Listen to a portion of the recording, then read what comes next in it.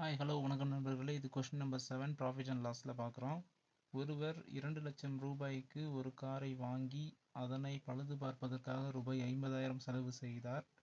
அந்த காரை அவர் ரூபாய் 3 லட்சத்திற்கு விற்பனை செய்தால் அவர் அடைந்த லாப சதவீதம் என்ன அப்படின்னு சொல்லி கேட்குறாங்க. ஸோ இதை எப்படி பண்ணுறது அப்படின்னு பார்க்க போகிறோம்.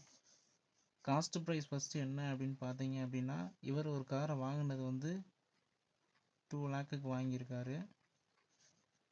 அதை ரிப்பேர் பார்க்குறதுக்காக 50,000 செலவு பண்ணியிருக்கிறாரு. ஸோ இதுதான் காஸ்ட் ப்ரைஸ் 2,50,000. செல்லிங் ப்ரைஸ் என்ன அப்படின்னு பார்த்தீங்க அப்படின்னா 3 லேக்குக்கு செல் பண்ணாருன்ற மாதிரி சொல்கிறாங்க. ஸோ நமக்கு என்ன தேவை அப்படின்னு பார்த்தீங்கன்னா ப்ராஃபிட் பர்சன்டேஜ் தான் தேவை. ப்ராஃபிட் பர்சன்டேஜுக்கு என்ன ஃபார்முலா அப்படின்னு பார்த்தீங்க அப்படின்னா உங்களுக்கு selling price minus cost price divided by cost price into 100. So நம்ம இப்போ டேரெக்டாக சப்ஸ்டியூட் பண்ணிடலாம். சப்ஸ்டியூட் பண்ணோம் அப்படின்னா செல்லிங் ப்ரைஸ்லேருந்து காஸ்ட் ப்ரைஸை லெஸ் பண்ணோம் அப்படின்னா எவ்வளோ வருங்க?